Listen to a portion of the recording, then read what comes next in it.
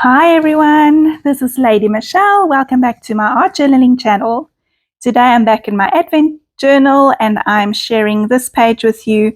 Today's prompt was called Wings. I get very excited when I get to add wings to my little figures. It always brings me much joy. Okay, I'm starting out with some yellow paint. I'm popping it on in 3 spots. So yellow is often a color that gets, you can't really put it over other colors because then you don't get a true yellow. So I like putting it down first so I get a true yellow. And then I'm going in with pink.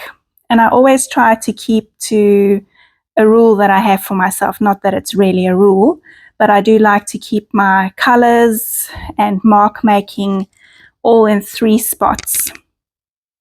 It just makes it easier. It just takes the brain work out of creating, and I can just keep flowing with the process instead of thinking, where am I supposed to put more paint? So you can see the blue is making a triangle, the yellow is making a triangle, and the pink as well. Now I'm going in with a little bit of purple. And as you can see, the edges are quite rough. They're not blending together and it's looking quite kind of patchy. So I'm going in with the blue paint that matches her jeans. And I'm going to pop that over some of the areas with my finger, stick the stencil over the top and rub the paint away with my wet wipe. This is blending all the edges and it's bringing some of the blue of the paper element that I have there, the girls wearing blue jeans. And I really wanted to add that color. I'm also using my paintbrush and making some marks. So I'm kind of starting in the section where I did the stencil ghosting, and I'm working out from that. So I'm just extending that color. And then I'm popping some yellow back over the top, just to make sure I bring that brightness to the front again. So often mixed media is about bringing things forward and pushing things back until you get a really nice balance of things. And then all these bright colors I thought might need a little bit of red, not white yet. So I saw Tammy Klinger do a video where she added little pops of red because like me, she also struggles with red. I find it very intimidating to work with red. So I thought, okay, I'm not going to do a full red page, but I can try and add little pops of red just to start getting comfortable with the color. I did end up covering some of it up. It wasn't intentional, of course. I guess it's just part of my process.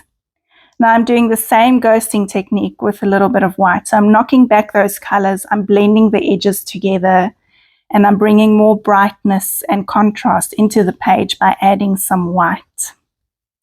I'm also adding the white marks with my paintbrush, just for a little bit of continuity. And a quick dry. So Amsterdam acrylic paint is what I'm using here. They don't dry super fast, but they don't stay wet for ages either. But I do like to just dry them off.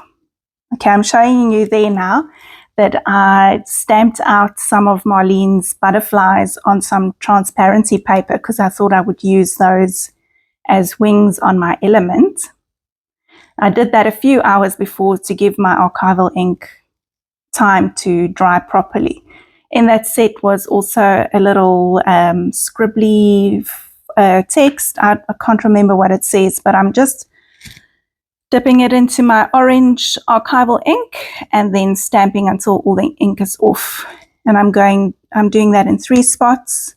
Now I'm taking another mark making stamp, also in black, and I'm just stamping in 3 spots.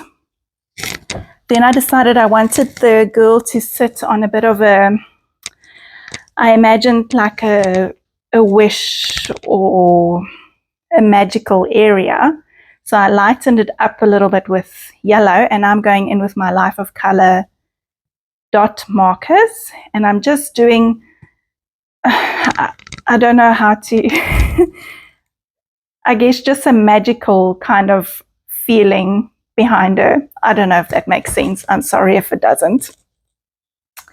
Now I'm going to cut out my little wings.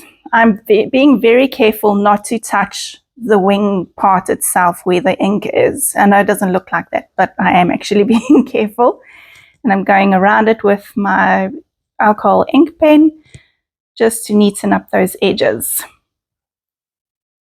Then I grab a paper from this, also again from the Paper Elements pack, and it had this little, they're really lovely squares, but I thought that they would make nice hills or steps or something like along those lines for her to sit on. So it's taking a little bit of faffing around. I actually did pause the video here until I could find a spot for all of the hills to sit nicely where she's got her bottom and her feet all anchored onto it. And I do eventually move the page up into the video again. I'm so sorry about that. And once I have my composition right, I'm sticking things down. Really liking how this is looking and coming together at the moment. I'm tucking things in between, behind each other. And now you can see her feet and her bottom is grounded, so she's not floating in midair, and I'm going to stick her down. And to stick the wings down, I decided to make a little bend in it so they can lift off the page. They're not going to be stuck down on the page, and I'm sticking that down with a little bit of double-sided tape, putting that behind her hair. And now you can see that wing can flap off the page. I have this beautiful shimmery watercolor set, and I decided that the heart that she's holding onto is going to have to be sparkly, and then I decided to also add some sparkle into her hair as well. I really liked how that turned out. Every time I'm drying this, I'm being very careful not to dry or not to heat the transparency paper. So I'm scorching my hand, but at least my wing is not getting crumpled up and melted. Now I'm going in with a little bit of paint pen detail on those little heels that I've got there. I really love making marks and adding more detail onto Marlene's already beautiful elements that she's got. But I love that you can add your own touch. I'm going in with black, some colored pens, and white, black and white as well. I'm outlining some of them, and I'm making sure that my lines are scribbly on purpose.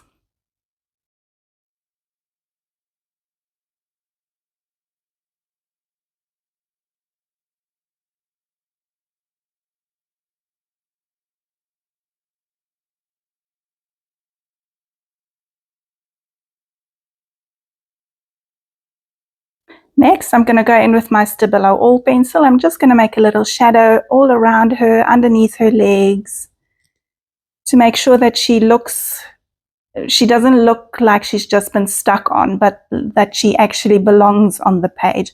I often find if I don't do this step, my images don't just look like I've just plonked them on and I haven't actually thought about it, or they don't really belong there. But when I do a little shadow around them, it really makes a difference. I'm also doing that around the hills to give them a little bit of dimension, make sure that you can see that some of them are in front and some of them are behind.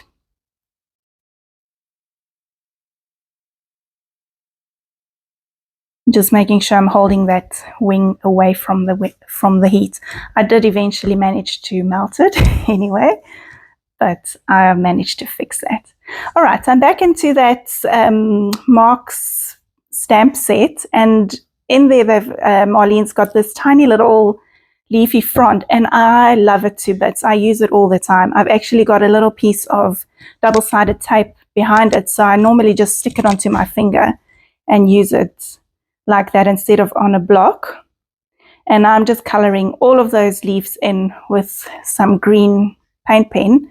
You can't really see it on the screen, but on the page it really does make a difference.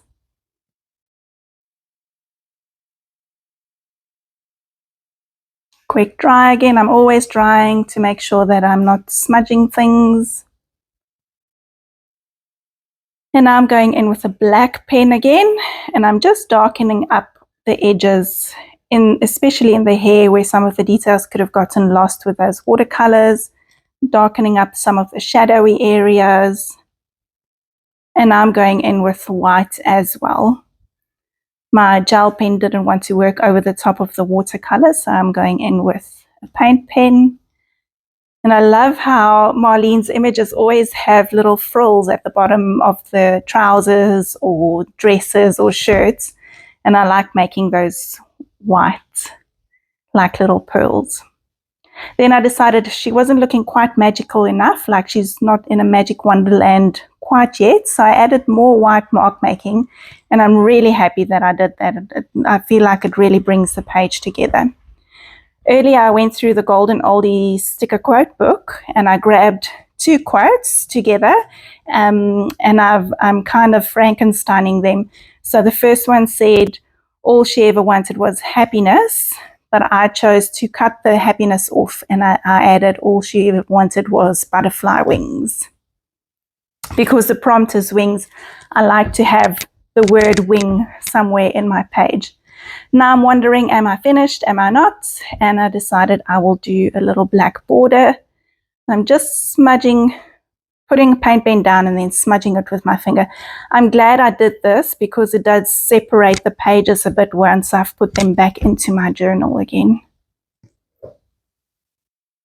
And there we go. Thank you so much for watching. Please leave a comment. Make sure you like this video and subscribe to my page to make sure you don't miss a video. Thank you. Bye.